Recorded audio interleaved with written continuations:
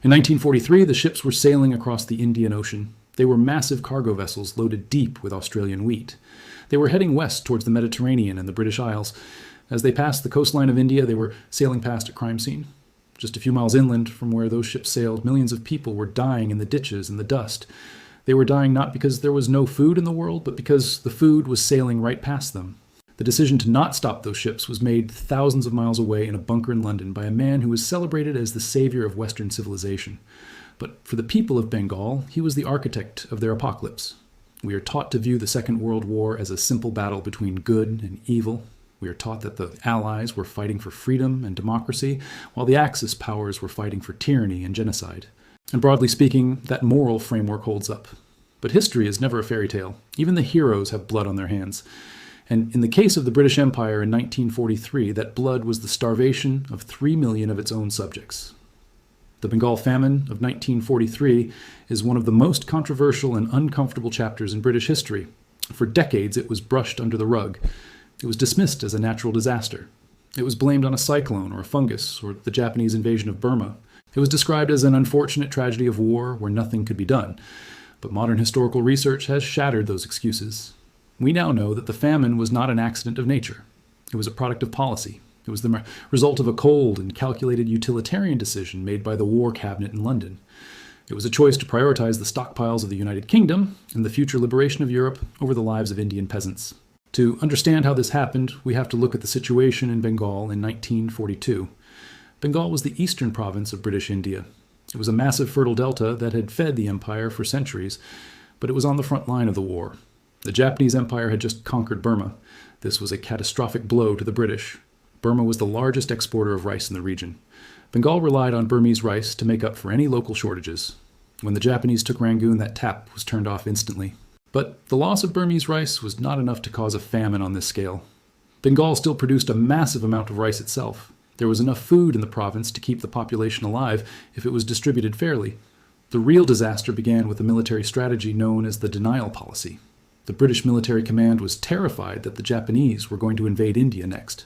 They expected the Japanese army to march across the border into Bengal. To prepare for this, they decided to use a scorched earth strategy. They wanted to make sure that if the Japanese arrived, they would find nothing to eat and no way to move. So the British authorities launched 2 specific operations. The first was the rice denial scheme. Soldiers were sent into the coastal districts of Bengal to seize the surplus rice from the villagers. They claimed they were buying it to feed the army and the industrial workers in Calcutta, but in reality they were stripping the countryside of its safety net. The second operation was the boat denial policy. This was even more destructive. Bengal is a land of rivers. It is a water world. There were no trucks or highways in the deep delta. The only way to move food or people or goods was by boat. Every family had a small wooden boat. It was their car and their truck and their livelihood. The British Army ordered the confiscation or destruction of tens of thousands of boats. Soldiers went from village to village, sinking the boats or burning them or seizing them. The idea was to prevent the Japanese from using them for transport. But the Japanese never came. Instead, the British had effectively destroyed the logistics system of the entire province. When the price of rice started to rise, the fishermen could not catch fish to sell. The farmers could not move their grain to market. The intricate web of trade that kept the rural economy alive was slashed to pieces by the paranoid orders of the military. Then came the natural triggers. A cyclone hit the coast in late 1942. It destroyed homes and flooded fields with salt water. Then a fungal disease called brown spot attacked the rice crop. The yield was lower than usual. Prices began to skyrocket. In a normal country, the government would step in. They would introduce price controls. They would crack down on hoarding. They would import food from other regions to stabilize the market. But the British administration in India did the opposite. They allowed the free market to run wild in a time of scarcity. Merchants and speculators began hoarding grain knowing the price would go up. The government actually went into the market and bought huge amounts of rice for the army and for the essential war workers in the factories, driving the price up even further. By early 1943, the poor of Bengal were priced out of existence. The rice was there sitting in the warehouses of the merchants and the government stockpiles, but the landless laborers and the fishermen and the craftsmen could not afford to buy it. This is when the horror began. The villagers started eating their seed grain, which meant they would have nothing to plant for the next season. Then they started eating leaves and wild roots. Then they started selling their possessions. They sold their jewelry and their tools and their cooking pots. Finally, they sold their children. There are archival photographs from 1943 that are almost impossible to look at. They show mothers standing by the side of the road, offering their infant children to strangers for a handful of rice. They show entire families reduced to walking skeletons, their skin stretched tight over their bones, wandering towards the city of Calcutta in a desperate search for food. When they arrived in Calcutta, they found a city that was partying. Calcutta was the industrial hub of the war effort. The factories were booming.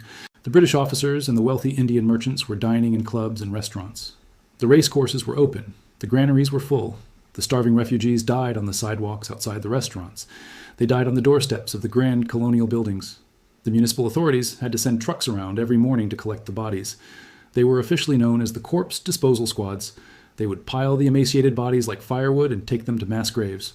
The government in Delhi, headed by the Viceroy Lord Linlithgow, tried to deny the famine was happening. They refused to use the word famine. They called it a food shortage. To declare a famine under the Famine Code would legally force them to take responsibility and spend money on relief. They didn't want to spend the money, and they didn't want to damage morale. But the men on the ground knew the truth. This brings us to the man at the center of the controversy, Winston Churchill. Churchill was the prime minister. He was running the global war effort. He had absolute authority over the allocation of shipping. In 1943, the officials in India began to panic. They realized the situation was spiraling out of control. Field Marshal Archibald Wavell, who would soon become the new viceroy, sent urgent telegrams to London. The Secretary of State for India, Leopold Amory, also pleaded with the War Cabinet. They had a simple request. They needed ships. They needed the British government to divert wheat shipments to India to break the famine. They estimated they needed about 500,000 tons of grain to stabilize the situation. It wasn't a huge amount in the context of global trade. The wheat existed. Australia had a massive surplus. The ships existed. They were sailing right past India on their way to the Middle East and Europe. But when the request reached the War Cabinet, Churchill said no. The meeting minutes from this period paint a picture of a man who was not just indifferent to Indian suffering, but actively hostile to the Indian people. Churchill argued that there were no ships to spare. He claimed that the Battle of the Atlantic had strained the merchant navy to the breaking point. He said that every ship diverted to India was a ship that was not carrying munitions to the front line or food to the stockpile in Britain. This is the standard defense, the defense of necessity. The argument is that Churchill had to make a tough choice to save the war effort. But the data doesn't support this. At the exact same time that Churchill was saying there were no ships to feed Bengal, the British government was importing massive amounts of food into the United Kingdom to build up stockpiles for the post-war period. The British civilians were rationed, but they were healthy. In fact, the British population was better fed during the war than before it because of the nutritional planning. The stockpile of wheat in the UK was rising. It reached millions of tons. Furthermore, the British were shipping food to the Mediterranean to feed the civilians in the liberated territories of Italy and Greece. Churchill was very concerned about the political stability of the Balkans. He wanted to make sure those populations were fed so they wouldn't turn to communism. So the choice was not between winning the war and feeding India. The choice was between stockpiling for the future and feeding India. The historian Madhusri Mukherjee, in her book Churchill, A Secret War, uncovered documents showing that the Ministry of War Transport actually offered ships to send grain to India. But Churchill and his close advisor Lord Cherwell rejected the offer. Churchill's attitude towards India was shaped by his Victorian upbringing. He was an unapologetic imperialist. To him, India was a possession, not a partner. He believed that the Indians were a subject people who owed their existence to British rule. During the cabinet meetings, when Amory tried to argue for relief, Churchill exploded in anger. He went on rants about the Indian people. This is where the infamous quotes come from. When told about the rising death toll, Churchill remarked that the famine was their own fault for breeding like rabbits.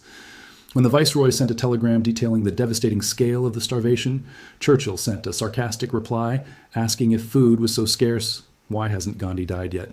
Gandhi was in prison at the time, engaged in a hunger strike. Churchill was obsessed with Gandhi. He saw the Indian independence movement as a betrayal.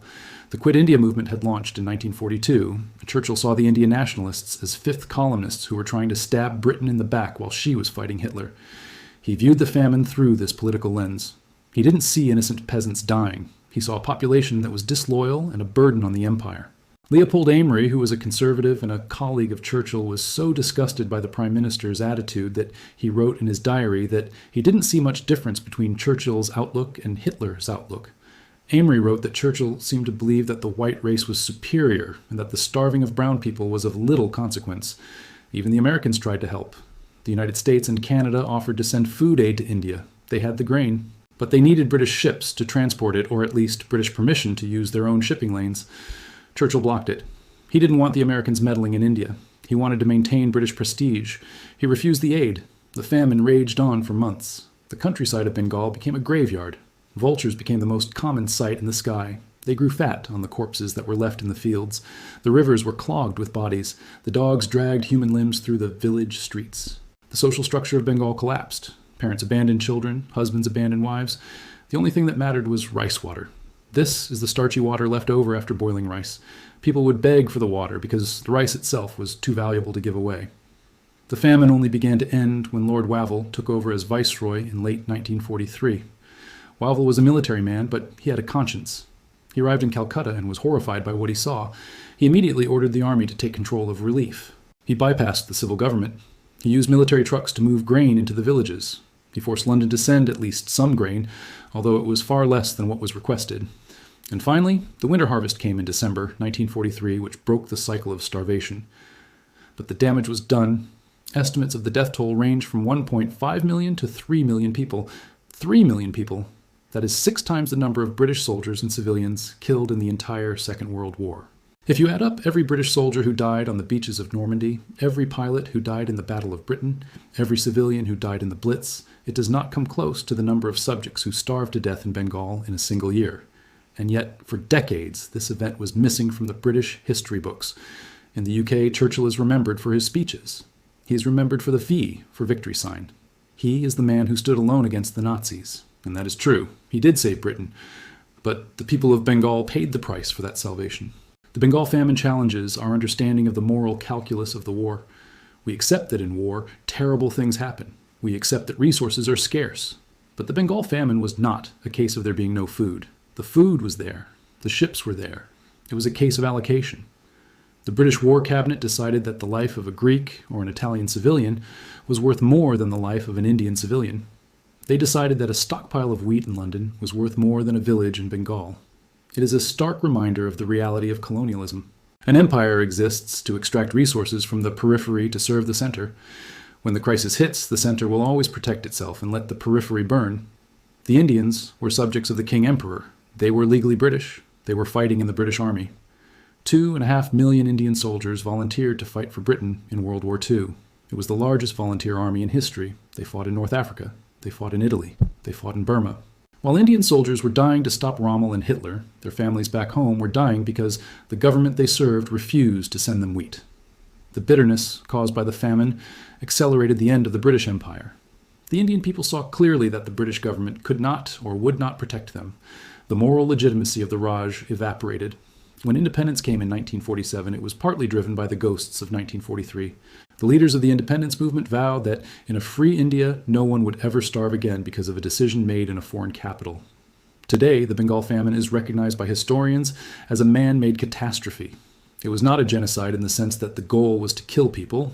Churchill didn't wake up wanting to kill Indians, but it was a crime of gross negligence and racist indifference. It was a crime of hierarchy.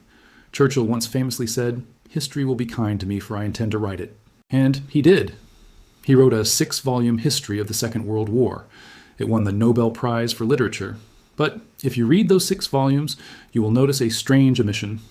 In the thousands of pages detailing the strategy and the battles and the diplomacy, there is almost no mention of Bengal. He wrote the famine out of history. He erased the 3 million dead. But history has a way of correcting itself. The archives are open now. The diaries of Amory and Wavell are public. We can see the telegrams. We can see the minutes. We can see the choice. The ships kept sailing. The grain was locked in the hold, and the people died in the dust. This, the collapse log. A hero to one nation can be a monster to another. We must learn to look at history with both eyes open. We must see the victory parades, but we must also see the empty bowls. Because true history is not just about who won. It is about the cost of winning.